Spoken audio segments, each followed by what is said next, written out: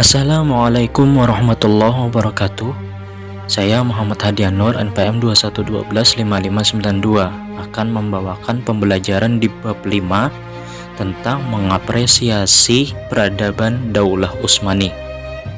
Pembelajaran pada kelas 9 semester ganjil. Baik. Yang pertama adalah tujuan pembelajaran. Tujuan pembelajaran di sini, setelah mempelajari materi ini, diharapkan kita mampu mendeskripsikan atau menerangkan, menganalisis, membuat karya berupa timeline sejarah peradaban Islam pada masa Daulah Utsmani, meyakini bahwa Islam adalah agama yang rahmatan lil alamin, dan terbiasa berperilaku menghargai hasil karya seni, memiliki motivasi bekerja keras dan tidak mudah putus asa. Itu tujuan yang akan dicapai pada pembelajaran tentang Daulah Utsmani ini. Infografis. Pada pembelajaran ini setidaknya ada beberapa fase tentang kedaulahan Turki Utsmani. Itu adalah fase pertama adalah masa awal berdirinya, itu pada abad ke-12 sampai 14 Masehi. Kedua ada masa kebangkitan dan kejayaannya, itu abad 14 sampai 15 Masehi. Yang ketiga ada masa kemunduran pada abad 15 sampai 19 Masehi. Yang keempat ada masa keruntuhan, itu abad 19. Terus ada masa ketika Turki Utsmani itu menjadi negara republik pada abad 19 tersebut.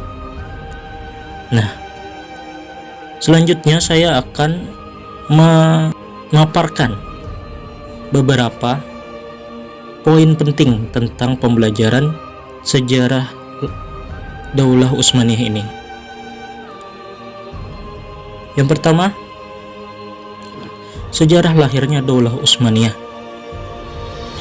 Suku Kai merupakan nenek moyangnya Daulah Utsmaniyah yang selamat dan melarikan diri pada saat Genghis Khan dan pasukannya melakukan penyerangan. Di bawah kepemimpinan Sulaiman, suku Kai tersebut melakukan perjalanan ke Transoksania, selanjutnya ke Kurdistan dan Azerbaijan atau Asia Kecil. Dan di sana mereka menetap dan melalui kehidupan baru.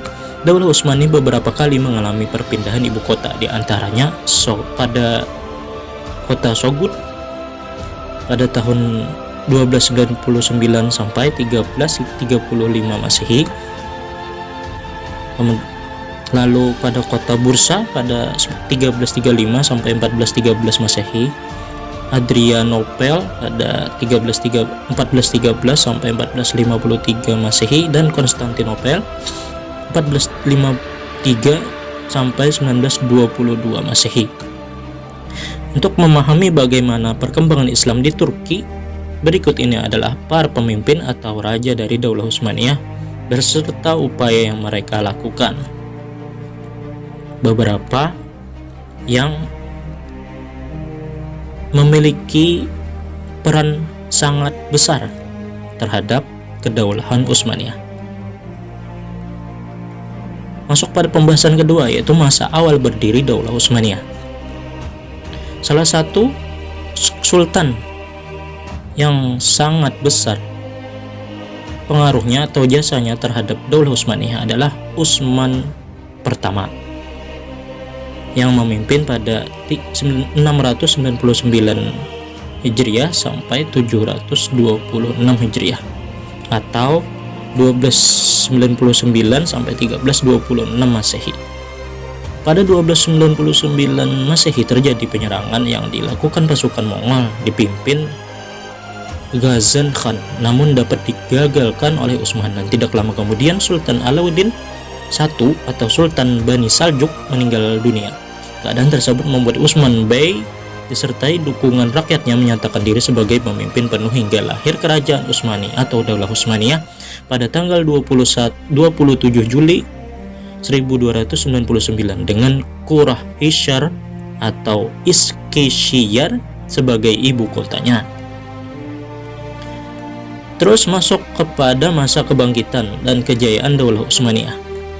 Pasca kekalahannya melawan Timur Leng, Daulah Utsmaniyah sempat terpecah karena adu domba sehingga terjadi perebutan kekuasaan di antara anak keturunan Bayazid yang memimpin pada 791 sampai 805 Hijriah atau 1389 sampai 1402 Masehi. Namun Muhammad I yang memimpin pada 817 sampai 824 Hijriah atau 1403 sampai 1421 Masehi, putra bungsu Sultan Bayazid berhasil mempersatukan kembali saudara-saudaranya dan menjadikan Daulah Utsmaniyah bangkit dan berjaya kembali melampaui kejayaan pada masa sebelumnya.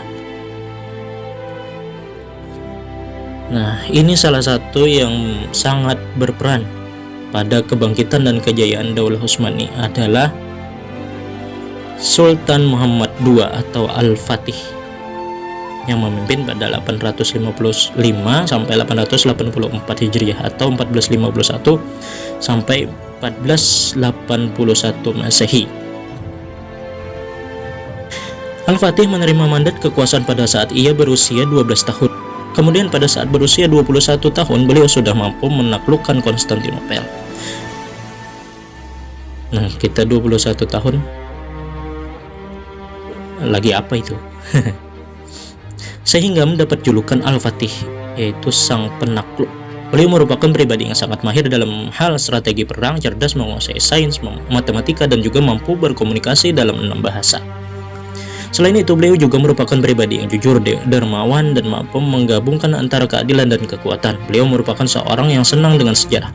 Bahkan tidak jarang beliau menghabiskan waktunya untuk mengkaji sejarah masa lalu. Dalam benaknya selalu terngiang-ngiang perkataan Rasulullah SAW yang diriwayatkan oleh Imam Ahmad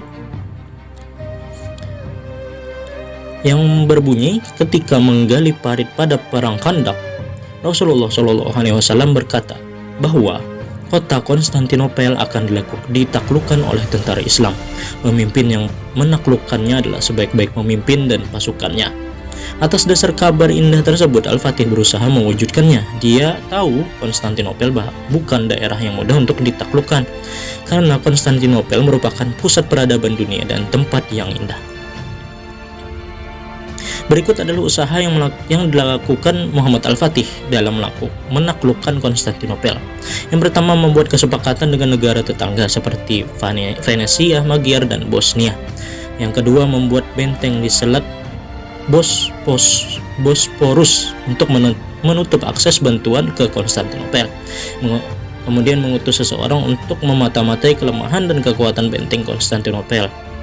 Yang terakhir, memerintahkan Tarkan Pasha untuk menemui saudara kandungnya, yaitu Kaisar Konstantinopel, agar tidak mengirim bantuan ke Konstantinopel. Usaha penaklukan tersebut memakan waktu 9 bulan, yang pada tanggal 29 Mei 1453 Masehi, Konstantinopel berhasil ditaklukkan dan Kaisar Palaiologos tewas dalam peristiwa tersebut. Setelah masuk di kota Konstantinopel, Al-Fatih memasuki gereja Hagia Sophia atau Hagia Sophia yang saat itu dijadikan sebagai tempat perlindungan para rahib, pendeta, serta masyarakat. Dan Al-Fatih dengan kebaikan hatinya memberikan perlindungan kepada mereka. Dengan kemenangannya tersebut, Konstantinopel dijadikan sebagai ibu kota Turki Utsmani dan diubah namanya menjadi Istanbul atau kota Islambul,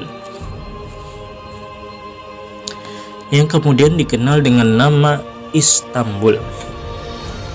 Demikian juga gereja Hagia Sophia diubah fungsinya menjadi masjid, dan di kota ini juga dibangun Topkapi sebagai sebuah istana yang megah. Selanjutnya adalah Sulaiman yang pertama, pemimpin ke-6 pada masa kebangkitan dan kejayaan Daulah Utsmaniyah, atau yang digelari dengan Al-Qanuni, yang memimpin pada 927 sampai 974 Hijriah atau 1520 sampai 1566 Masehi. Sulaiman I naik tahta saat Turki Utsmani mengalami puncak kejayaannya. Beliau seorang legislator ulung yang berupaya menyempurnakan undang-undang hukum Turki Utsmani, sehingga diberi julukan Al-Qanuni atau The Magnificence atau pembuat undang-undang yang tertuang dalam kitab Muttaqul Abhar atau Muttaqul Abhur atau Samudra Segala Samudra, Muara Segala Samudra, dikenal juga dengan Qanun Osmani. Beliau berhasil membangun beberapa masjid jami maupun masjid kecil, membangun beberapa madrasah, asrama pelajar, takijah atau tempat memberi makan fakir miskin, istana, museum, dan lain sebagainya. Daulah Utsmaniyah telah menjadi kekuatan yang disegani dunia karena penaklukannya yang berhasil menguasai kota-kota besar seperti Madinah, Yerusalem, Damaskus, Baghdad, dan sebagian besar Balkan, serta sebagian besar Afrika Utara. Dengan keberhasilannya tersebut, maka pemerintahannya merupakan representasi puncak kejayaan Daulah Utsmani yang menjangkau hingga 3 benua. Kemudian kita masuk kepada fase keempat, yaitu masa kemunduran Daulah Utsmaniyah. Setelah Sulaiman Al-Qanuni meninggal dunia, Daulah Turki Utsmani mulai mengalami kemunduran dan yang signifikan. Daulah Utsmaniyah banyak kehilangan wilayahnya, banyak muncul pemberontakan, perebutan kekuasaan, dan krisis kepemimpinan. Setelah itu masuklah pada masa keruntuhan Daulah Utsmaniyah.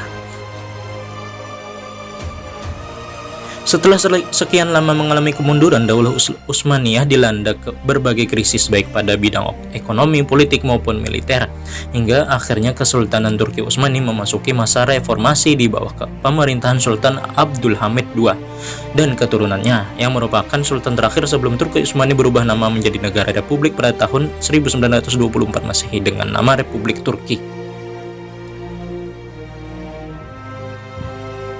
Keteladanan yang bisa diterapkan dari sejarah Daulah Turki Utsmani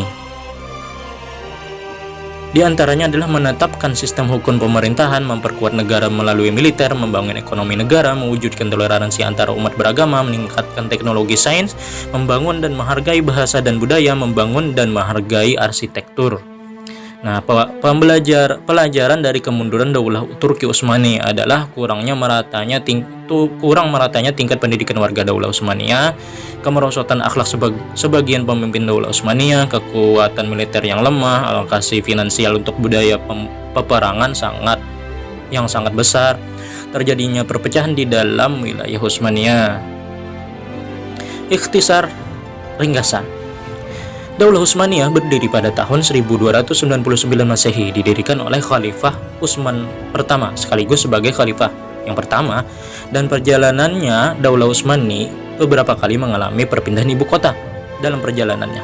Di antaranya kota Sogut pada tahun 1299 sampai 1335 Masehi, kota Bursa pada 1335 Masehi sampai 1413 Masehi, Adrianopel pada tahun 1413 sampai 1453 Masehi, dan Konstantinopel pada tahun 1453 sampai 1922 Masehi.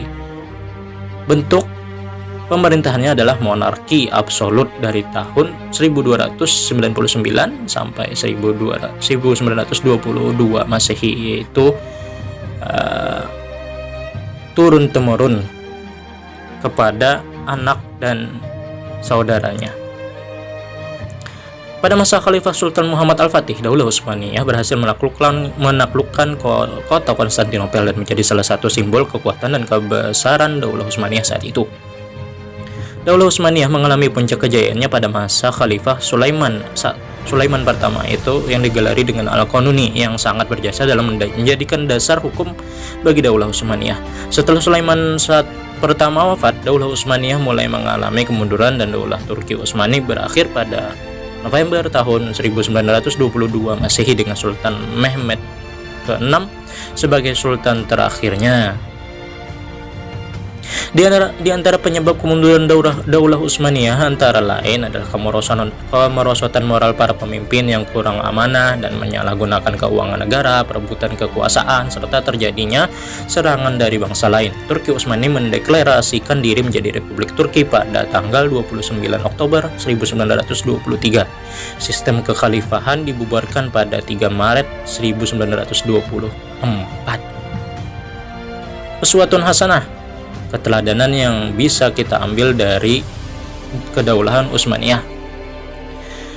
Sejarah mencatat Sultan Sulaiman pertama atau Sulaiman Al-Qanuni dengan tinta emas sebagai penguasa muslim tersukses, pemimpin yang sangat penting di dunia, baik di dunia Islam maupun Eropa. Di era kepemimpinannya, kerajaan otonom menjelma sebagai negara adikuasa yang disegani dalam bidang politik, ekonomi, dan militer. Dalam peradaban barat diberi gelar Solomon the Magnificent atau Solomon the Great. Di masa kekuasaannya, kekhalifahan Turki Utsmani memiliki kekuatan militer yang sangat tangguh. Sultan Sulaiman pun begitu berjasa besar penyebaran agama Islam di daratan Eropa. Ketika berkuasa, Sulaiman Al-Qanuni berhasil menyemaikan ajaran Islam hingga ke tanah Balkan di benua Eropa, meliputi Hongaria, Belgrad, dan Austria. Tak cuma itu, dia pun sukses menyebarkan ajaran Islam di benua Afrika dan kawasan Teluk Persia. Gelar Al-Qanuni yang melekat pada nama besarnya dianugerahkan atas jasanya dalam menyusun dan mengkaji sistem undang-undang Kesultanan Turki Utsmani. Tak hanya menyusun, Sultan Sulaiman pun menjalankan secara konsisten dan tegas.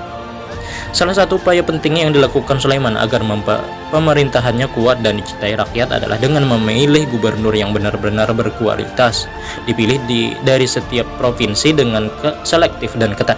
Hasilnya sungguh memuaskan. Setiap gubernur yang dipilih dan dilantiknya adalah sosok pemimpin yang bersih dan benar-benar berkualitas. Wilayah kekuasaan Turki Utsmani yang begitu luas bisa bersatu dan tumbuh dengan pesat menjadi sebuah kekuatan yang sangat diperhitungkan di dunia. Syariat Islam pun bisa dijalankan dengan baik. Pada era kekuasaannya, Istanbul, ibu kota Turki Utsmani, menjelma menjadi pusat kebudayaan dan filsafat. Inilah periode yang paling kreatif dalam sejarah Kesultanan Utsmani. Beliau sangat mencintai ilmu pengetahuan dengan mendirikan Universitas As-Sulaimaniyah yang pembangunannya dilakukan oleh arsitek ulung bernama Mimar Sinan. Sama seperti halnya pembangunan Masjid Agung Sulaiman, pembangunan perguruan tinggi itu dilakukan oleh arsitek ulung bernama Mimar Sinan pula. Sultan Sulaiman pun sempat menulis salinan Al-Quran dengan tangannya sendiri. Kini salinan Al-Quran itu masih tersimpan di Masjid Agung Sulaiman.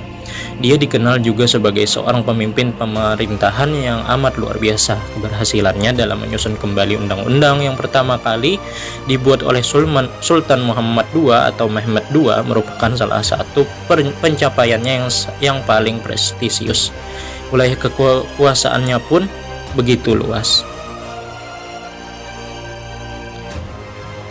Nah, itu tadi adalah beberapa sultan yang sangat berperan dalam kedaulahan Utsmaniyah. Semoga kita bisa mengambil yang baik dari sana dan meninggalkan yang buruk.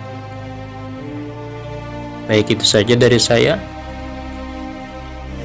Terima kasih.